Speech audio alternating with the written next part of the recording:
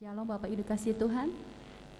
Seberapa banyak yang kita hadir pada siang hari ini, mari sama-sama kita satukan hati. Saudara tetap berdiam dalam hadirat Tuhan. Hidup kita adalah miliknya Tuhan. Mujizat Tuhan lakukan untuk menggenapi firman-Nya dalam hidup kita. Oleh sebab itu mari pada siang hari ini kita persiapkan dengan segenap hati menaikkan setiap pujian kita di hadapan Tuhan.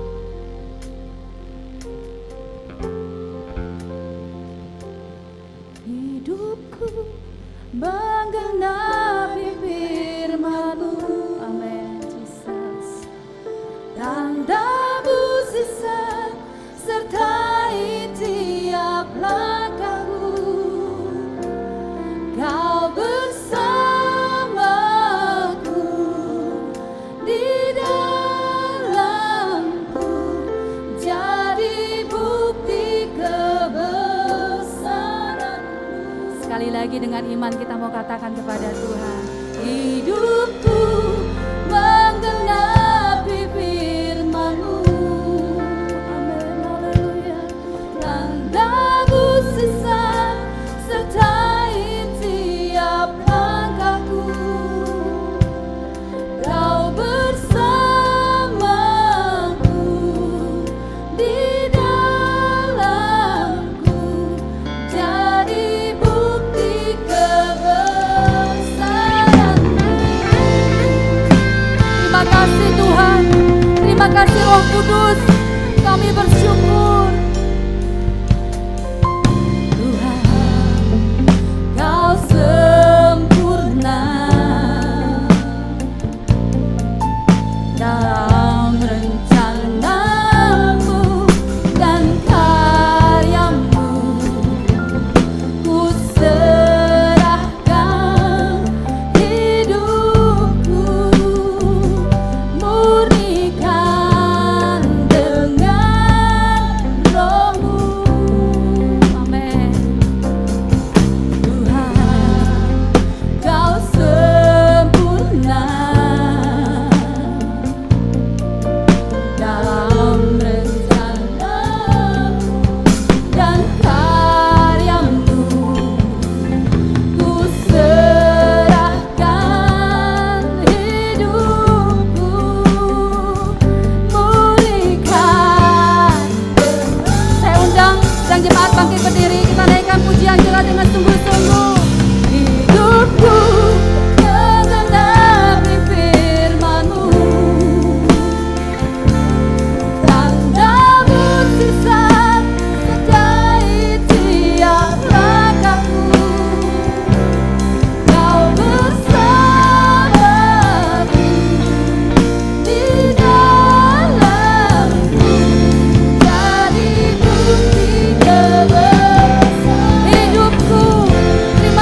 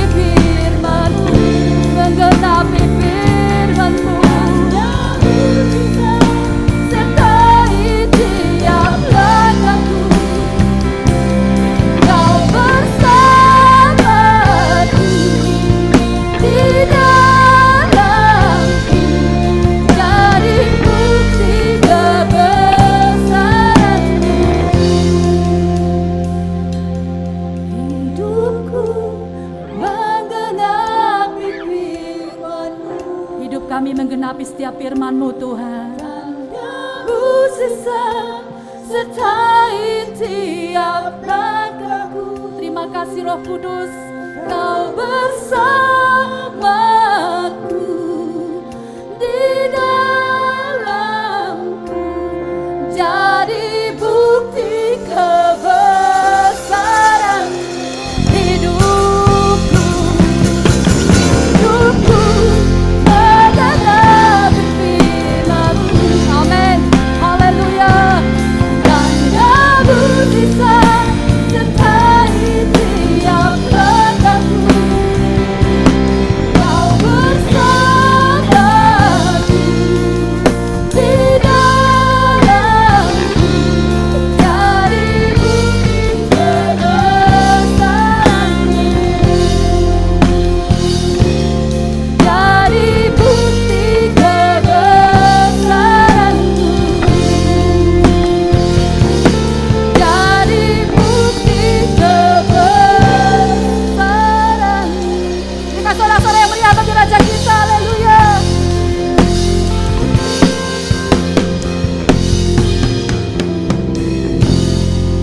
Terima kasih Tuhan, hati kami melimpah dengan ucapan syukur Tuhan.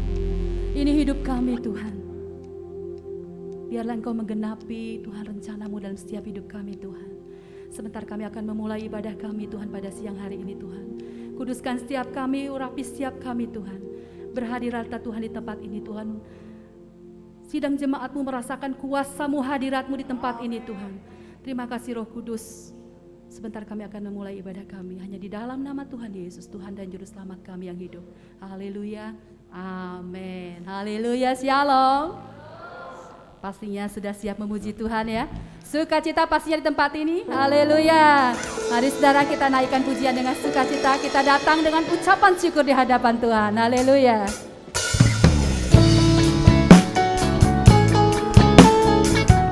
Haleluya.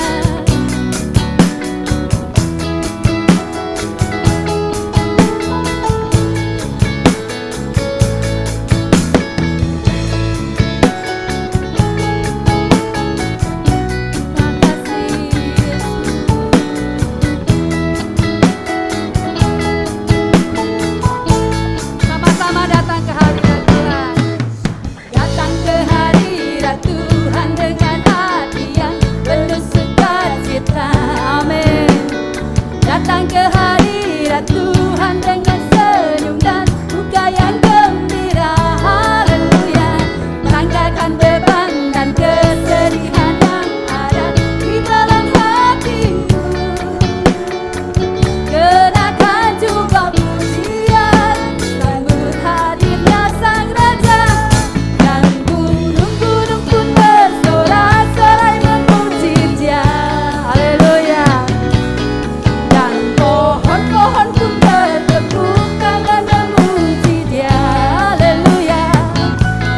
Sekalian kita di sini berkumpulan memuji-Nya. Amin. Yesus Tuhan Raja, Dialah yang bertahta di atas pujian. Haleluya.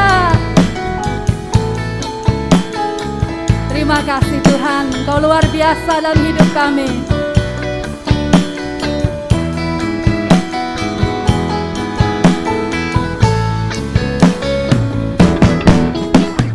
Datang ke hadirat Tuhan dengan hati yang penuh sukacita. Amin. Datang ke hadirat Tuhan dengan senyum dan muka yang gembira. Tanggalkan beban dan kesedihan yang ada di dalam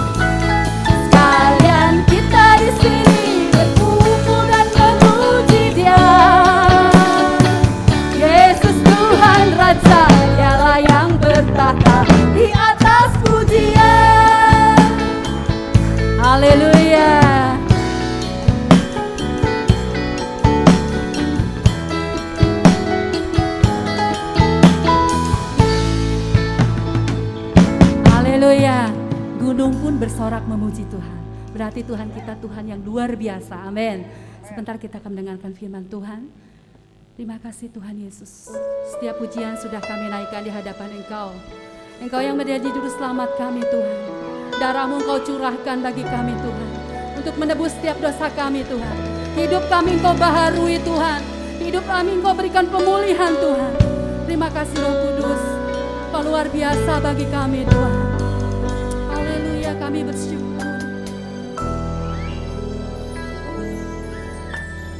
Walaupun harus berjalan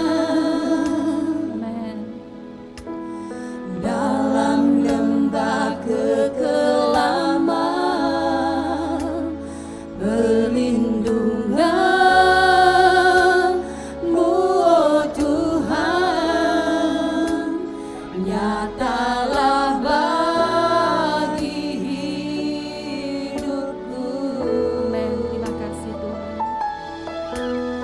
Tiada pernah sedikitku, amin, tiada pernah Kau tinggalkan. Sungguh mulia dan sempurna, hanya Kaulah yang disembah. Sama-sama katakan, Yesus Engkau juru selamatku. Amin. Juru selamatku, dalam janji-Mu kemenanganku selamanya kan ku nyatakan. Besar setia-Mu Tuhan di hidupku. Haleluya, besar setia-Mu Tuhan. Walau ku harus berjalan, amin, dalam lembah kekelaman, perlindungan-Mu, oh Tuhan, nyatalah bagi hidupku. Tiada pernah sedikitku, amin Yesus, tiada pernah Kau tinggalkan. Sungguh mulia dan sempurna, hanya Kaulah yang disembah. Yesus Engkau juru selamatku, dalam janji-Mu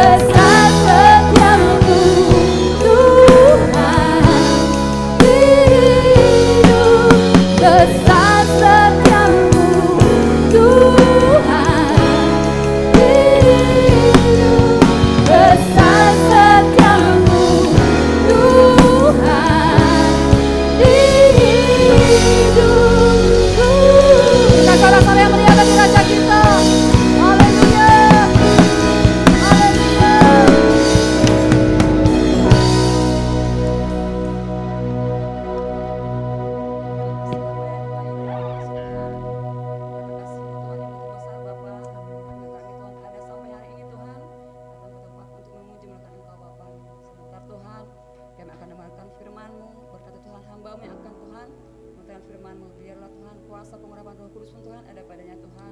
Agar kami Tuhan dapat mengerti setiap firman-Mu Tuhan. Agar firman menjadi kekuatan dalam tubuh kami Bapa.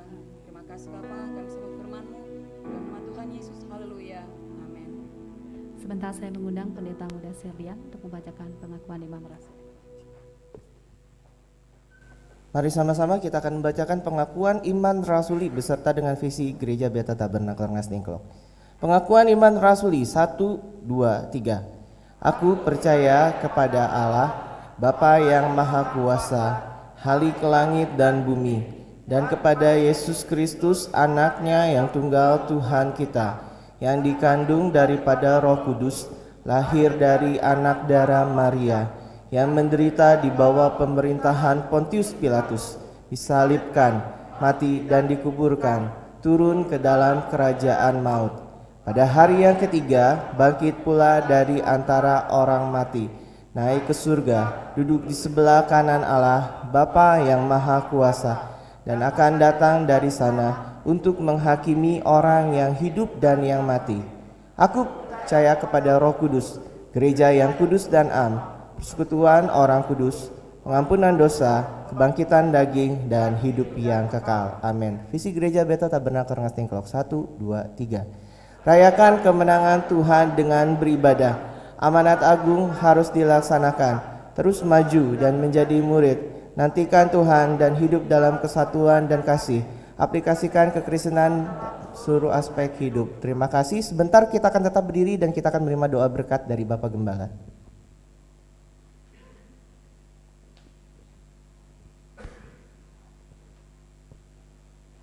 Saya minta kalau saudara masuk dari pintu depan ya, kalau keluar dari sini dan dari sana, supaya saudara bisa terdeteksi, supaya jangan waktu kita ada pengakuan iman ada ditodong-todongin, itu tidak hormat ya. Itu saya minta saudara masuk dari depan, keluar dari dua pintu. Mari kita tadahkan tangan iman kita. Saudara-saudara, kekasih-kekasih Tuhan Yesus, terimalah olehmu berkat anugerah dan sejahtera dari Tuhan kita Yesus Kristus, kasih sayang dari Allah Bapa kita di surga, serta persekutuan dengan Roh Kudus menyertai saudara, dan berkat Allah Tritunggal ini terus menyertai mulai dari pagi ini sampai Maranatha, Tuhan Yesus Kristus datang kembali. Dalam nama Tuhan Yesus Kristus. Amin. Silakan duduk. Firman Tuhan saya serahkan kepada Saudara Magda.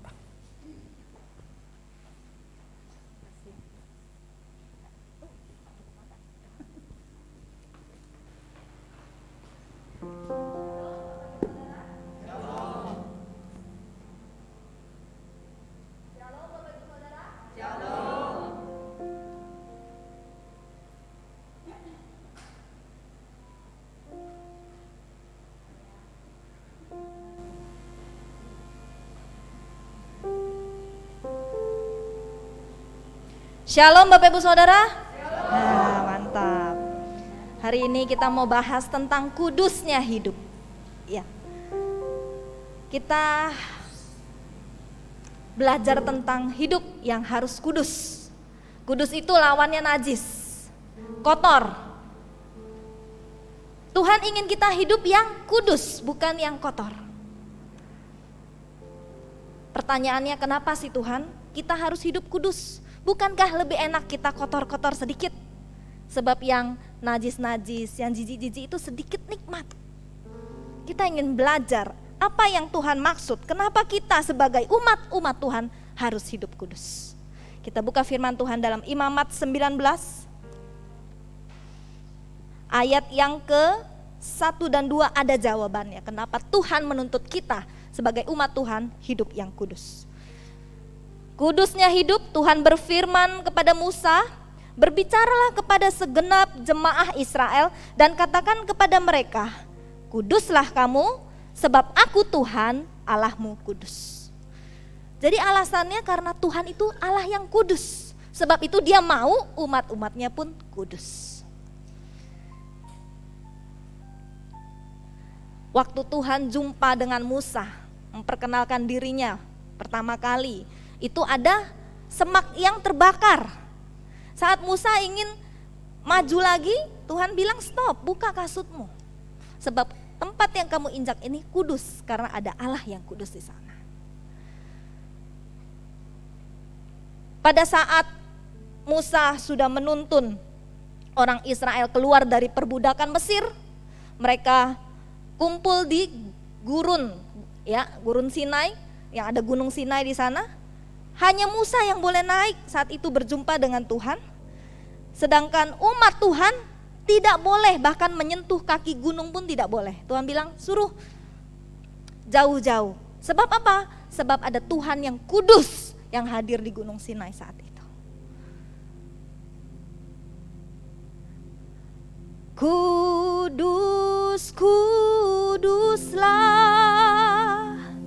kuduslah Tuhan, Allah semesta alam. Kudus, kuduslah, kuduslah Tuhan, surga bumi menyembahmu.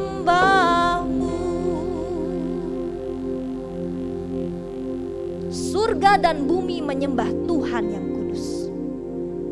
Saudara, hal ini menjadi dasar yang penting. Kenapa sih kita sebagai umat tebusan Tuhan harus hidup yang kudus? Hidup kudus bagaimana yang Tuhan inginkan? Apa kita harus bertapa, pergi ke sebuah gunung, meninggalkan dunia ini jauh dari signal? Apa kita harus seperti itu?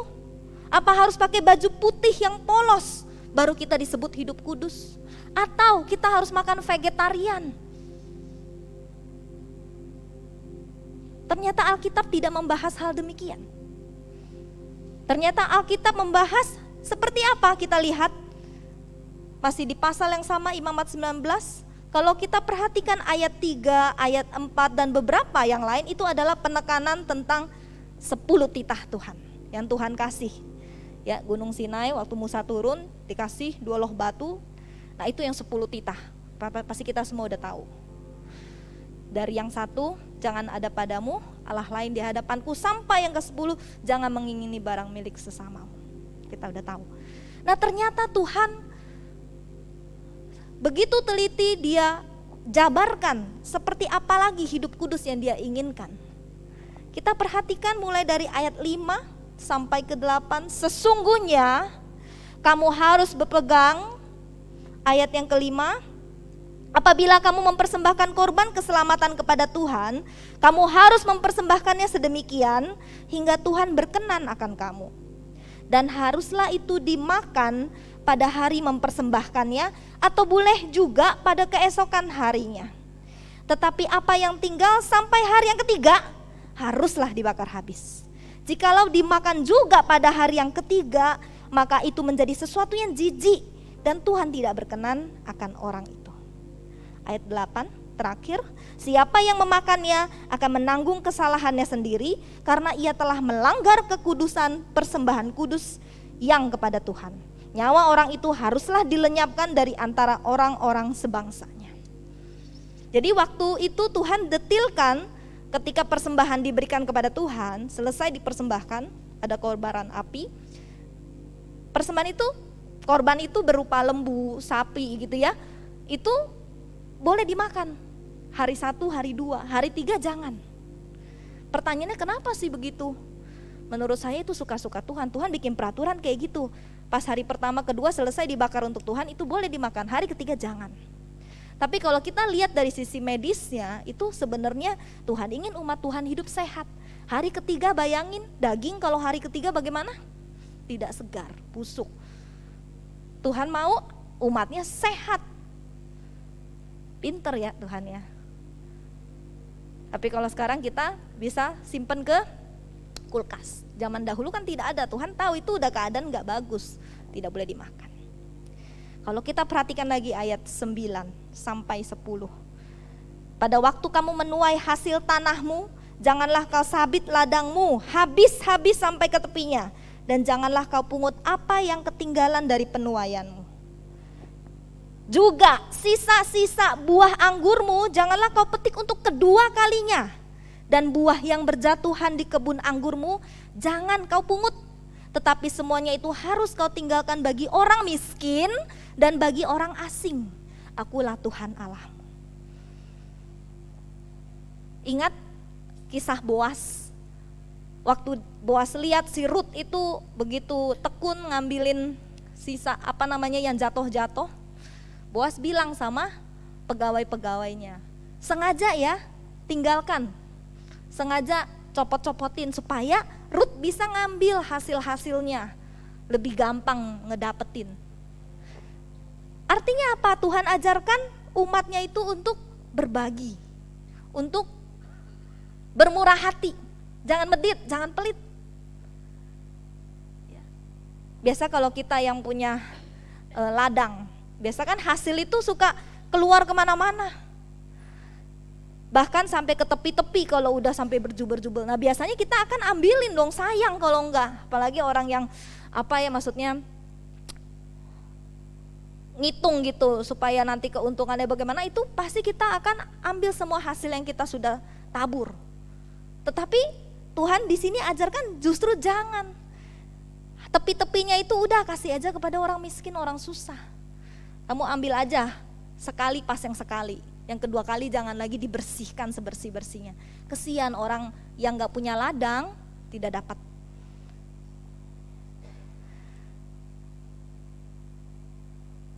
Tuhan ingin kita memperhatikan orang yang dianggap kurang mampu, ya, yang di bawah kita. Tuhan ingin kita memperhatikan mereka, bukan hanya memikirkan diri sendiri, melainkan memiliki belas kasihan.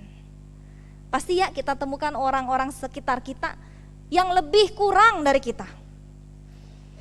Kita makan bakso, dia makan dari pungutan sampah.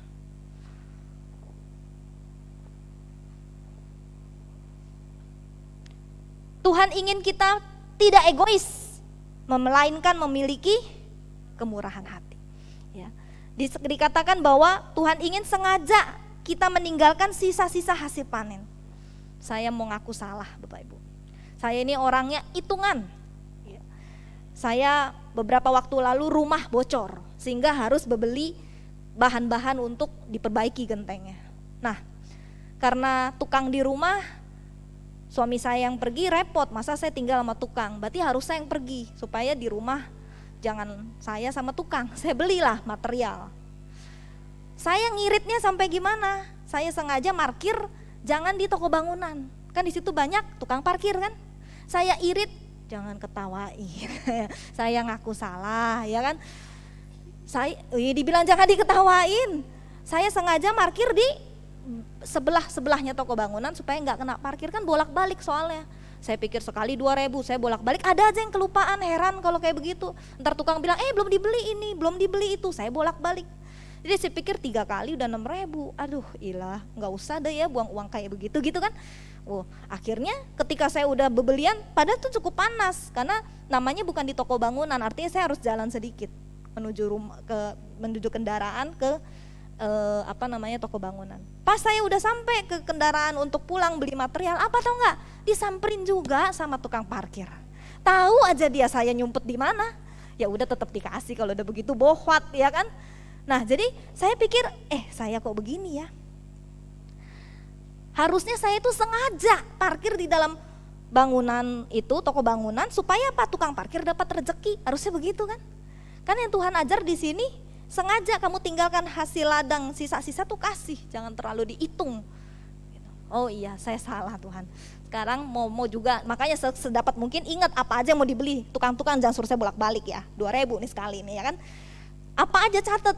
Nah tapi udah harus di toko bangunan biar ada rezeki yang tukang parkir di sana. Seperti memberi tips, saya juga mau belajar biasakan. Saya ingat dulu waktu kita di Kerawang, kebaktiannya kan belum di Rudo, Resinda, tapi masih di Aneka Baru. Saya perhatikan nih mertua saya, suka kalau udah selesai dia kasih tips ke aneka baru punya orang tuh pelayan. Dalam hati saya, aduh boros-boros amat, ngapain gitu ya pikir saya. Mereka juga udah dapet tips lah dari ininya kan, dari restorannya. Lumayan itu dikumpul-kumpul kan bisa beli apa gitu. Dibilang saya hitungan ya kan judulnya. Saya pikir lagi sekarang kesini-sini setelah saya renungkan firman Tuhan, ternyata kudusnya hidup itu Tuhan ingin kita jangan medit. Kasih cuman seberapa itu kenapa sih? Gitu ya. Kalau gara-gara 2000 gitu kita jadi nggak kudus kan, aduh sayang ya. Nah, saya ingat dulu waktu kuliah di ITKI, seminari, kita itu dilarang loh memberi uang kepada anak-anak pinggir jalan. Kenapa? Supaya mereka jangan terbiasa minta-minta dan males belajar, bekerja. Memang ada betulnya ya. Mungkin nggak tahu kalau di Kerawang ada ya rasanya. Oh di Jakarta itu banyak anak-anak kecil mintain duit gitu. Lebih baik kita kasih kue, biskuit berupa makanan. Nah jadi tim pelayanan dari seminari itu, pelayanan anak, mereka adakan lapangan kerja. Mereka suruh anak-anak buat sesuatu, misalnya hasil dari botol bekas atau apa yang dijadikan prakarya, lalu dijual kreativitas itu, nanti dapat duit, supaya tujuannya mereka berusaha bukan minta-minta. Ya. Tentu kita harus bijak dalam memberi, Bapak Ibu. Jangan membentuk pribadi jadi males. Kalau memang orangnya memang benar-benar susah, benar-benar kita lihat cacat itu, kan ada yang pura-pura cacat loh. Ya saya pernah lihat dia cuma ngesot-ngesot kaki, dia sakit, tapi setelah lampu merahnya selesai tuh jalan semua, dia udah nggak ada begini-begini lagi, dia jalan seperti biasa, tongkatnya dia taruh. Nah, jadi kita juga jeli. Yang perlu kita memang beri dia cacat benar, kita kesian kasih. Ya. Kita perhatikan lagi firman Tuhan yang menuntun kita untuk hidup kudus, ayat 13, janganlah engkau memeras sesamamu manusia dan janganlah engkau merampas. Berhenti di sana. Memeras itu apa sih? Saya perhatikan dalam Kamus Bahasa Indonesia, pemerasan itu adalah tindakan menakut-nakuti seseorang yang diperas ya agar mendapatkan sesuatu. Misalnya dia udah tahu nih kelemahan kamu di situ. Awas kalau kamu nggak ngasih saya sesuatu, entah duit, entah apa gitu ya. Saya kasih tahu rahasia kamu yang jelek itu, biar orang tahu semua kamu malu. Nah, itu namanya pemerasan.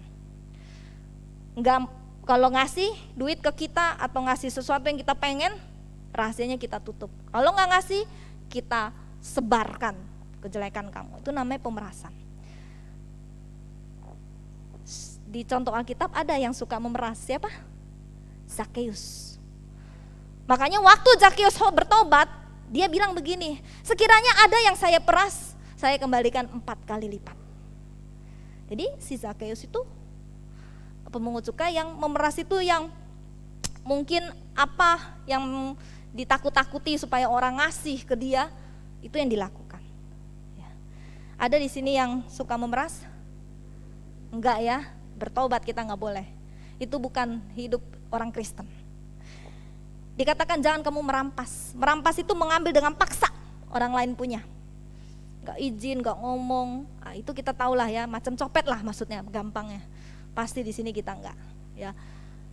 Kita tahu ya apa yang menjadi bagian kita, maka yang bukan jangan diambil. Ayat 13b. Janganlah kau tahan upah seorang pekerja harian sampai besok harinya. Umat Tuhan itu diajar untuk hidup sebagaimana mestinya, sebagai pantasnya itu gimana. Kalau memang bagian orang itu segera berikan. Misalkan tukang-tukang yang kerja ya, bikin perjanjian, oh kalau udah beres, kasbon. Maka ketika selesai pekerjaannya semua, kita bayar. Jangan gini, tarsok ya, saya soalnya banyak pengeluaran. Bagaimana kalau mereka uangnya itu dapat dari sehari dia kerja? Kan ada orang kayak gitu ya, dia hari ini kerja dia makan, dia nggak kerja dia nggak makan, ada begitu. Kesian, masa dia harus puasa gara-gara kepentingan kita. Begitu juga gaji pembantu atau bawahan kita jangan tunda-tunda. Udah waktunya gajian kasih, supaya mereka tahu, bos saya Kristennya bener bagus, enggak menahan-nahan bagian yang sebagaimana mestinya. Ayat 14, janganlah kau kutuki orang tuli, dan di depan orang buta janganlah kau taruh batu sandungan, tetapi engkau harus takut akan Allahmu, akulah Tuhan. Jadi mentang-mentang gak bisa denger, ya kan tuli kan, gak bisa denger, kita omongin. Dia gak denger ini, dia gak tahu kita perbuatannya apa, kita ngomongin dia. Dia mah jelek, begini begitu. Dia mah kurang begitu. Kita jelekin, kita sumpahin. Mentang-mentang orang gak bisa lihat, katanya buta kan. Kita pasang jerat, perangkap biar jatuh. Jangan begitu. Ya, ingat ada pembela mereka. Ya. Mereka itu orang-orang susah, digambarkan orang tuli, orang buta itu orang-orang susah. Itu ada pembelanya, Tuhan pencipta langit dan bumi. Saya juga mau ngaku nih kesalahan saya. Dulu saya waktu kecil, saya tinggal di rumah orang tua. Jadi mamah saya punya abang tertua, berarti paman saya tertua. Nah, beliau punya kekurangan, yaitu mungkin seperti tuli lah, karena ngomongnya nggak bisa seperti kita sebagaimana mestinya, walaupun umurnya udah tinggi. Waktu itu mungkin umur 40, waktu saya ini 30, nah pokoknya udah tergolong dewasa sangat. Nah, jadi saya iseng, namanya anak kecil ya, iseng. Saya ledekin.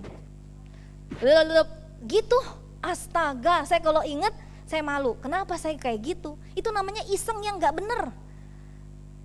Nah, saya ingat paman saya reaksinya waktu itu karena dia kurang kan, ya dia cuman mungkin dia mau ngomong, kok kamu begitu mungkin ya, karena tapi dia nggak bisa jelas. Aduh, tapi dia sudah meninggal waktu itu udah lama.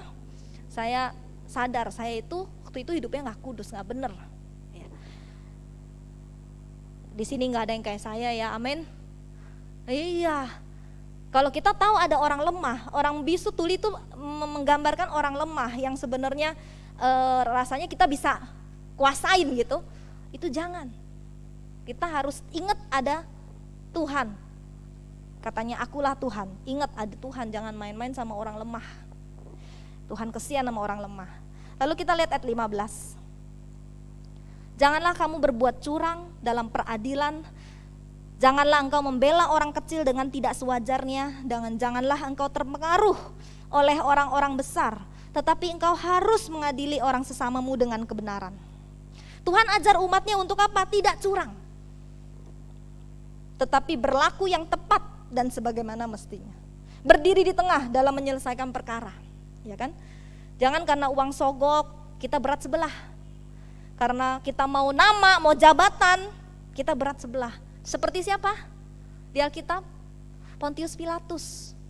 Waktu itu Tuhan Yesus, dia tahu gak ada salahnya, apa yang mau dihukum sehingga harus hukum mati. Kemudian dia lihat orang semua pada bilang gak boleh, kita gak boleh bebaskan Tuhan Yesus, Yesus harus disalib. Wah, dia udah gak bisa berdiri di tengah tuh. Padahal namanya berdiri di tengah yang adil itu kalau gak salah jangan dihukum, ini dihukum. Makanya Pontius Pilatus bilang udah terserah dah, ayo mau disalib. Dia pikir supaya dia aman. Nah, ini hal yang tidak tepat.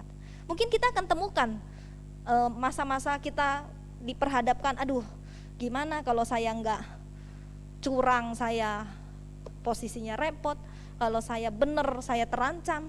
Itu kita ingat bagaimana Tuhan ingin kita hidup kudus, karena Tuhan kita kudus. Kita harus berdiri adil, bersikap yang tepat. Kita lihat 16a. Janganlah engkau pergi kian kemari menyebarkan fitnah di antara orang-orang sebangsamu. Yang A dulu.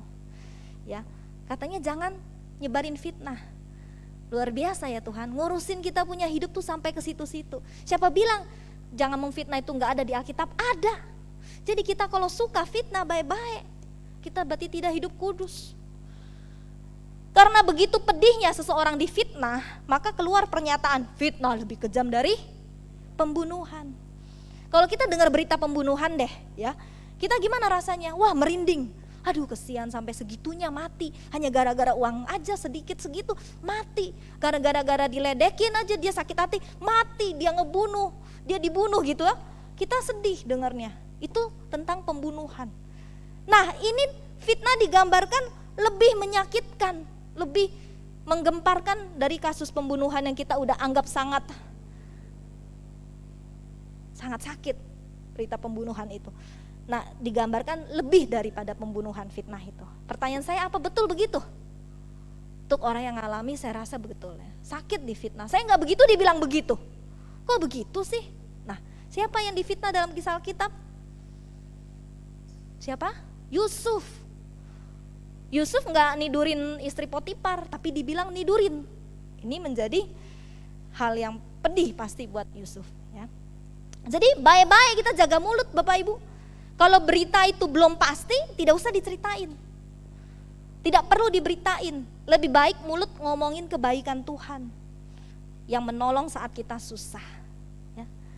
Coba kalau lagi ngumpul ya, jangan lupa pakai masker. Kalau lagi ngumpul pakai masker, biasakan ngomongnya mulutnya kesaksian tentang Tuhan. Ya.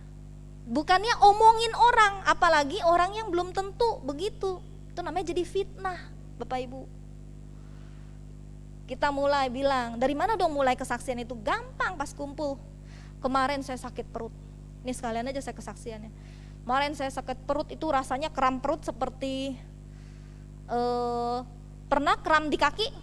Kram di kaki kan kita jadi tarik, ada nggak bisa jalan, ada nggak bisa jangan pegang, lurusin, kayak begitu. Nah itu di perut. Bisa kebayang kalau perut gimana ininya, orang di dalam kok di dalam. Jadi kita mau dipijit-pijit di apa nggak bisa. Ya mungkin paling bilang minyak, balsem gitu. Tapi pada dasarnya dia di dalam. Itu kelihatannya karena biasa perempuan ya setiap bulan begitu. Tapi saya beberapa waktu ini nggak ada begitu. Ini begitu, aduh. Saya sampai sakitnya sampai kemuntah. Pokoknya udah kayak sakit sampai keluar semua gitu, mau dikeluarin semuanya. Tapi Tuhan emang begitu, tahu aja kalau udah besok udah saya mesti khotbah, dia simpen dulu sakitnya kayak begitu dah ya. Suka bisaan Tuhan ya, semoga aja bisa selesai, jangan lagi dikasih ya, biar enak. Bisa cerita kayak gitu kalau lagi ngumpul. Amin Bapak Ibu. Amin ya, bener ya, jangan ngomongin orang punya jelek. Memang kalau dia udah jelek jangan dijelek-jelekin, kesian. Dia aja udah jelek, gak dijelekin aja udah jelek, apalagi jelek-jelekin, tambah jelek, jangan. Udah biarin aja, tahu kita dia kekurangan gitu. Udah, diem aja. 16b. Janganlah engkau mengancam hidup sesamamu manusia, akulah Tuhan. Apa arti mengancam? Ya. Tuhan bilang menakuti atau menekan sesama pun Tuhan bilang jangan, Tuhan larang. Mengancam itu menakuti, menekan seseorang. Saya pernah loh diancam dimutilasi. Dimutilasi tahu, dipotong-potong, kira kita ayam apa? Siapa yang berani ngomong gitu? Emang ya Magda? Iya. Tuh matanya langsung ngebuka. Siapa? Dia adalah seseorang yang pasti tidak diduga-duga sama Bapak Ibu. Dosen dari tempat kuliah saya. Mau tahu namanya? Saya nggak bakal kasih tahu. Nah, kalau saya kasih tahu namanya, itu kita menyebarkan kejelekan orang, jangan. Dosen di tempat kuliah saya tegur, jadi dia keberatan. Saya bilang kurang lebih beliau itu kan cukup dekat dengan seorang siswi. Dia pria, dekat sama siswi, terlalu dekat kan nggak bener ya, dia tegur, dia keberatan. Akhirnya dia bilang, jangan macem-macem ya, nanti saya bisa mutilasi kamu loh. Ngomong 4 mata. Saya bengong dan saya syok, karena saya nggak pernah yang ngomong begitu lagi. Dosen itu berarti kan guru yang mengerti tentang kebenaran kan, di dalam teologi belajarnya saya kuliahnya. Tapi akhirnya selesai ajaran, udah rekonsiliasi, damai, maaf-maafan lah gitu ya. Saya jadi ingat sama Daud waktu dia mau dibunuh, pasti deg-degannya setengah mati. Waktu dia mau dicari sama siapa? Mitohanya. Ya, Daud lari-lari takut, seperti itu udah syok mau dibunuh. Nah, pernah juga saya diancam mau diperkosa. Waduh, sama siapa lagi? Matanya melotot semua. Ya, saya kasih tahu nih ya. Waktu itu saya negor orang nepu. Ya, orang kan mau nepu. Saya taunya begini. Dia kan nanya, karena sekarang saya beralih jual beli mobil ya. Dia nanya mobil kan, mobil A. Ini saya harga berapa? Saya bilang udah ada yang nawar sekian. Oh, saya kasih di atasnya dah, dia bilang. Oke, saya senang dong. Siapa yang nggak mau ditambahin 500.000 dari harga yang orang lain? Oke, ditanya lokasinya di mana. Tapi ditanya lokasi, nggak mau ngasih tahu. Nanti lagi deh, nanti. Jadi saya jadi ingat, wah ini mah nggak bener. Kalau orang nggak berani kasih tahu lokasi, berarti mobilnya nggak bener lah. Pokoknya niatnya itu bukan lagi beli, jual, bukan lagi untuk beli atau jual, tapi udah kepada penipuan. Saya jadi ingat waktu dulu. Kasusnya sedikit berbeda, jadi dia telepon, dia bilang saya nanti bayarnya nggak ke rekening kamu ya, ke rekening temen supaya saya dapat dilebihin. Saya bilang nggak usah, kalau kamu mau lebihin saya nanti lebihin, masukin dulu ke rekening saya, nanti kamu mau lebih berapa sesuai dengan yang kesepakatan harga saya transfer ke kamu lebihnya itu, bukannya semuanya kasih ke kamu, saya bilang begitu ya. Nah, akhirnya dia udah tahu, oh berarti ini udah gak bisa dibohongin, karena waktu itu kasusnya seperti itu. Waktu itu saya masih gak ngerti, saya bilang oke aja. Tapi untung waktu itu adalah mereka sekongkol. Diberikan transfer ke rekening penipu, ternyata penipunya sama penipu ini adalah sekongkol. Tapi yang ini bukan, kejadian yang kemarin itu kita tahu nggak beneran mau beli, tapi mau nepu itu kasusnya mereka tidak sekongkol. Taunya gimana? Waktu udah dia bilang mau kasih harga sekian ke transfer ke orang lain itu telepon, emang kamu kasih harganya semurah ini ya? Saya bilang enggak. Nah, itu mereka tidak sekongkol. Jadi untung tidak kena, untung yang kedua. Yang pertama saya diluputkan Tuhan, yang kedua kejadian yang baru kemarin juga diluputkan Tuhan. Nah setelah itu saya punya nomor HP kan beda, saya satu, suami satu. Dia telepon lagi ke nomor yang satu, dia nawar mobil B. Udah, tapi kita lihat wah nomor HP-nya sama, berarti sama nih penipuan ini nih. Terus saya langsung tembak dia, karena saya tahu dia orangnya, saya tembak. Pak, jangan berbuat jahat, saya bilang. Jangan menipu, kalau kita semua juga lagi susah ya, corona, cari kerja yang halal. Wah dia marah ya. Kamu saya perkosa kamu nanti ya. Dalam hati lu gak tahu gue di mana juga ya kan. Kalau orang itu orang baik-baik pasti dia nggak akan ngomong seperti itu ya. Berarti dia udah tahu, ketahuan saya udah.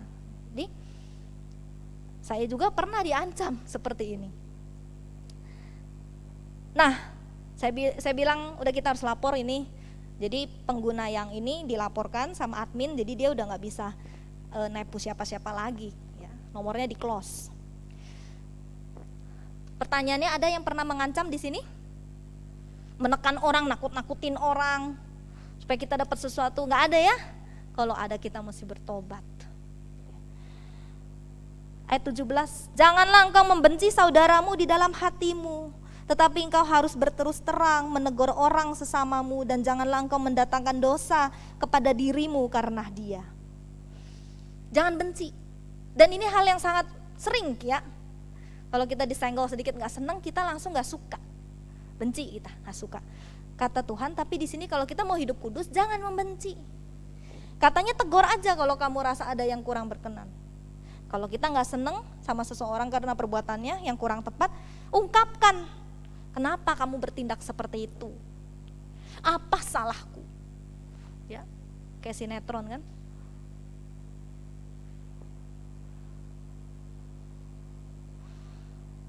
Aku ke sini, kamu ke situ. Aku ke situ, kamu ke sini. Ada apa sebenarnya hubungan di antara kita? Kita selesaikan katanya. Tegur, kita ungkapkan. Dia jawabannya gini, iya, saya iri sama kamu. Kalau emang jawabannya dia iri, nggak seneng sama kita, ya udah jangan kita balas benci sama dia. Justru kita harus bangga karena kita dianggap lebih dari dia. Kita harusnya memaklumi, oh dia nggak punya seperti itu, yang kita punya dia nggak punya, maka kita kudu kasihan dah sama dia. Ya. Bukannya kita jadi sebel sama dia. Kita harus ubah cara pikir. Masa orang udah kalah, ya kita musuhin lagi. Kalau dia merasa dia di bawah kita, kan berarti dia udah kalah dong. Masa kita masih musuhin lagi? Mungkin kesian. Oh pantas dia wajar bersikap seperti itu, karena dia rasa kalah sama kita.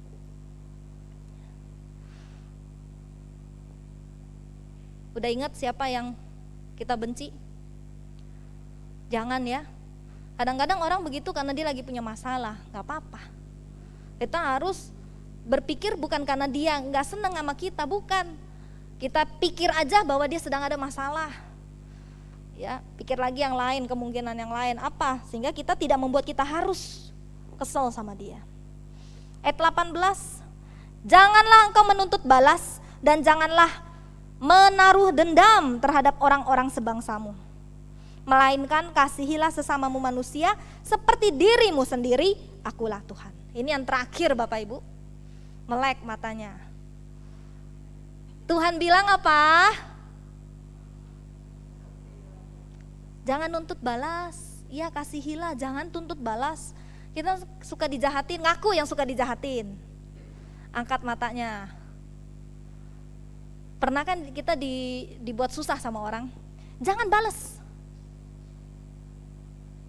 Itu bagian Tuhan. Pembalasan itu milik Tuhan.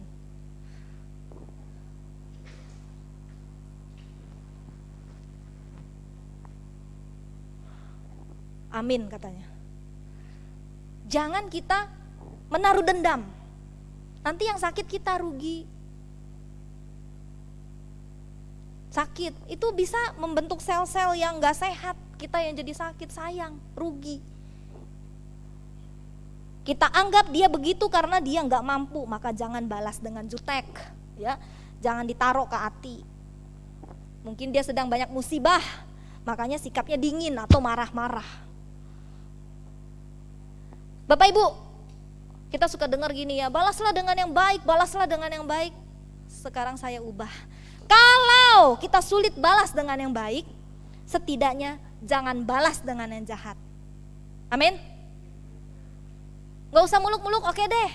Dia jahat sama kita, suruh kita baik, gimana? Oke, kalau kita agak sulit untuk melakukan yang baik, balasnya, setidaknya jangan balas jahat ke dia. Tuhan ingin kita hidup kudus dengan cara mengasihi sesama, bukan membenci sesama. Kesimpulannya Bapak Ibu, kudusnya hidup harus dipraktekkan. Ya, dalam keseharian kita. Ingat ya, kudusnya hidup itu harus kita lakoni. Kita tunjukkan dalam kehidupan kita sehari-hari. Mengapa harus kita hidup kudus? Karena Tuhan kita kudus. Sehingga kita sebagai umatnya harus hidup kudus. Amin. Amin. Ini udah berapa menit sih? Udah kan ya? Habis kan? Habis. Kita tutup dalam doa. Udah mulai dipototin saya sama Pepe. Buset deh. Oke, kita akan bangkit berdiri bersama. Kita mau nyanyikan pujian Kuduslah Tuhan, Engkau kudus. Kami datang menghadap Tuhan. Dalam kekudusan kami menghadap-Mu Tuhan.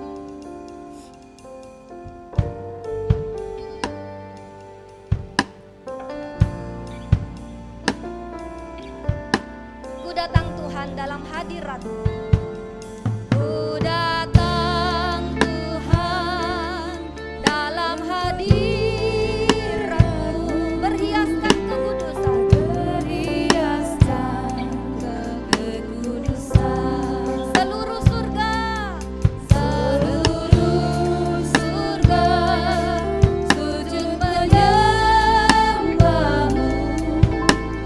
Ku tersungkur dan berseru, kudus, kuduslah, kuduslah Tuhan, Allah semesta alam. Kudus, kuduslah, kuduslah Tuhan, surga bumi menyembah. Kami datang kepadamu Tuhan, Engkau Allah yang kudus, Allah yang maha kudus. Tuhan, kami umat-Mu Tuhan yang ditebus, kami bersyukur Tuhan boleh menghadap hadirat. Kami mohon Tuhan hidup kami boleh terus dalam kekudusan. Kami sebagai umat Tuhan yang telah diselamatkan, kami mau hidup seperti Engkau yang kudus.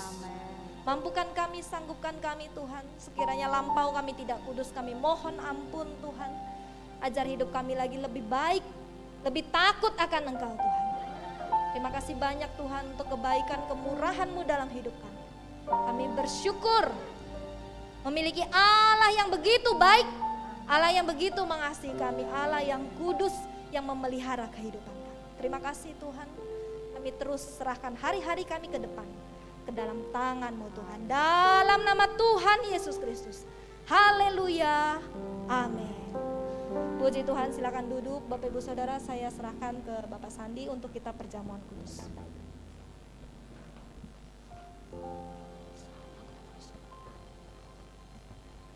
Saya persilakan untuk para petugas, para pelayan perjamuan kudus.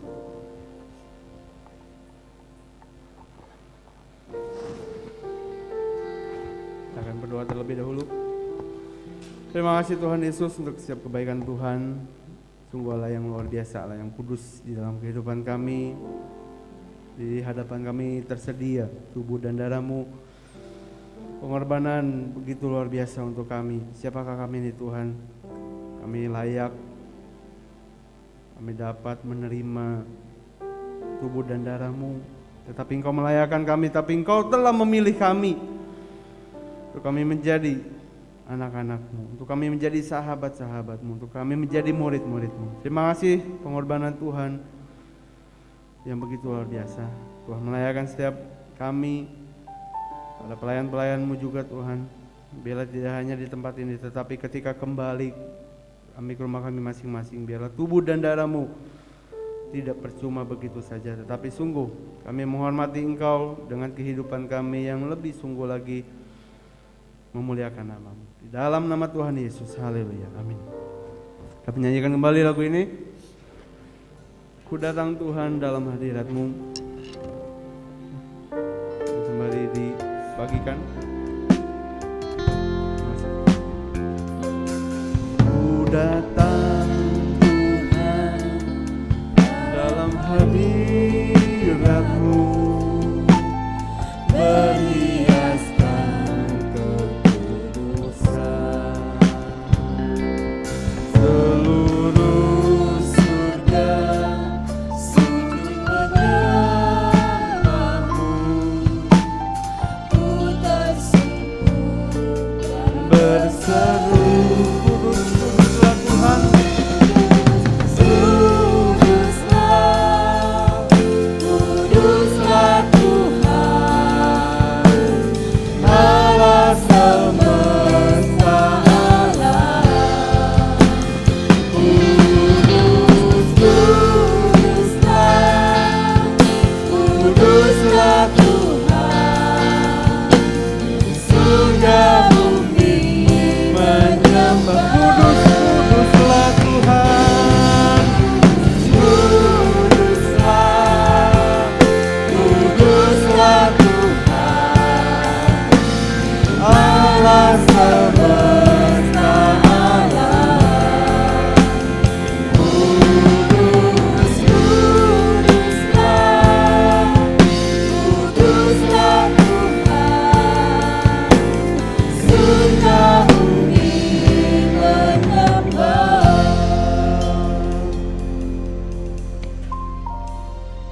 Kalau semua sudah sambil mempersiapkan, kita boleh bangkit berdiri.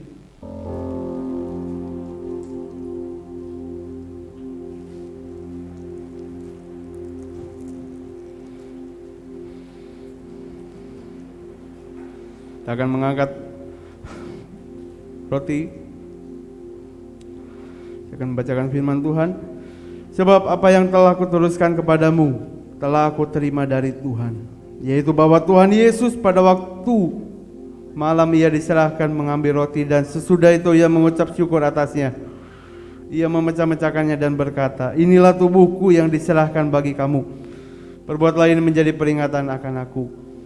Bapak Ibu Saudara sekalian, saya bertanya, bukankah roti yang atasnya kita mintakan berkat ini, bukankah ini persekutuan dengan tubuh Tuhan kita Yesus Kristus?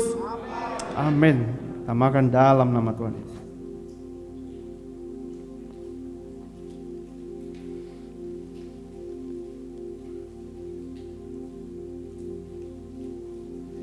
akan mengangkat cawan.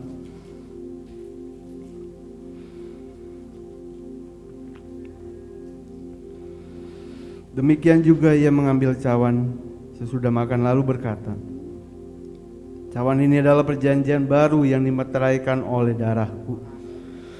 Perbuatlah ini menjadi peringatan akan aku setiap kali kamu meminumnya. Bukankah setiap kali kita makan roti ini dan minum cawan ini, kita memberitakan kematian Tuhan sampai ia datang? Dan Bapak Ibu Saudara sekalian, saya bertanya, bukankah cawan yang telah kita mintakan berkat atasnya ini adalah persekutuan dengan darah Tuhan kita Yesus Kristus? Amin. Amin. Kita minum dalam nama Tuhan Yesus.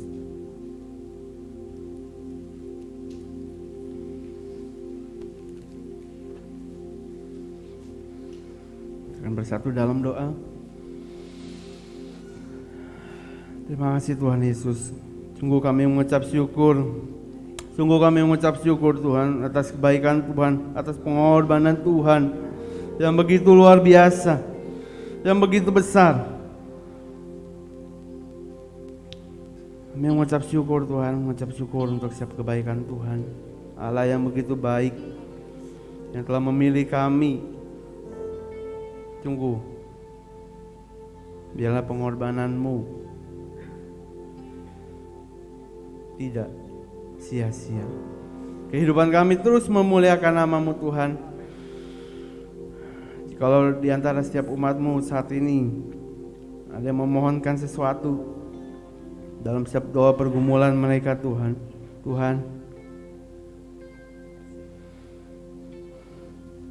tangan inilah yang bisa kami naikkan.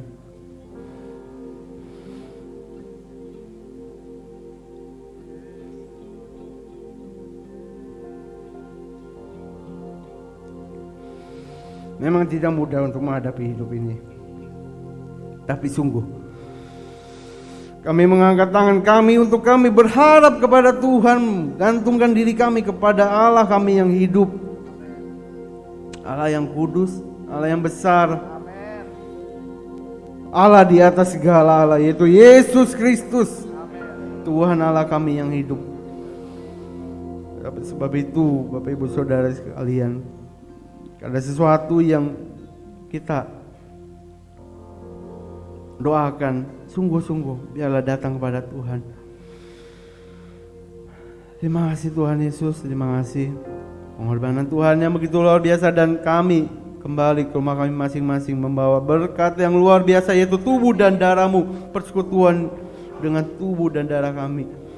Terima kasih Tuhan Yesus, terima kasih. Biarlah kami pulang membawa kemenangan, membawa sukacita, membawa berkat-berkat Tuhan. Yang lemah Tuhan kuatkan, yang sembuh Tuhan biarlah bilur Tuhan Yesus di dalam nama Tuhan Yesus. Tuhan yang menyembuhkan, Tuhan Allah sumber kuat kami, Allah penyembuh kami. Terima kasih Tuhan Yesus, terima kasih, terima kasih. Kami sungguh bersyukur di dalam nama Tuhan Yesus. Haleluya, amin. Bapak Ibu, duduk kembali. Ada beberapa pengumuman. Terima kasih untuk firman Tuhan yang sudah disampaikan oleh Ibu Magdalena. Tuhan Yesus memberkati, dan juga semua pelayan-pelayan yang sudah melayani kita saat pada pagi hari ini. Lalu ini ada persembahan dana Natal umum yang sudah masuk untuk minggu kemarin. Terima kasih untuk setiap pemberiannya, dan yang ingin memberi masih kita tunggu. Dan juga untuk dana Natal The Hope dan Joy Gain. Bapak Ibu, minggu depan tanggal 13 itu pagi tidak ada ibadah seperti biasa, karena sorenya mulai dari jam 2.30 siang, lalu 4.30 sore dan 6.30 sore kita akan mengadakan ibadah Natal, ibadah ke-1, ibadah kedua, dan ibadah ketiga. Nah, bagi Bapak Ibu mungkin yang hari ini ataupun mungkin ada rekan-rekannya yang belum mendaftar, kalau tidak salah ya, untuk bagian pendaftaran yang masih kosong itu ibadah yang ketiga, karena ibadah yang ke-1 dan ibadah yang kedua itu sudah memenuhi kuota gitu ya. Jadi harap bisa mendaftar kepada saudara Kelvin ataupun ke saudari Christine. Jadi minggu depan tidak ada ibadah paginya. Nah, tapi yang memiliki anak The Hope Generation, minggu depan siang jam 8 sampai jam 9 akan ada pembagian kado dari kelas Nasaret kecil dan Nasaret besar. Sekali lagi jam 8 sampai jam 9. Mungkin kalau misalnya tidak mau membawa anak gak apa-apa, orang tuanya saja. Tetapi kalau misalnya ada yang membawa anaknya, harap bisa dipakai masker ya. Lalu untuk kelas Samaria, Sion dan sampai Galilea mulai dari jam 9 sampai jam 10. Kita tidak ada ibadah karena ibadah Natal anak-anaknya itu akan online. Hari Sabtu akan dibagikan linknya.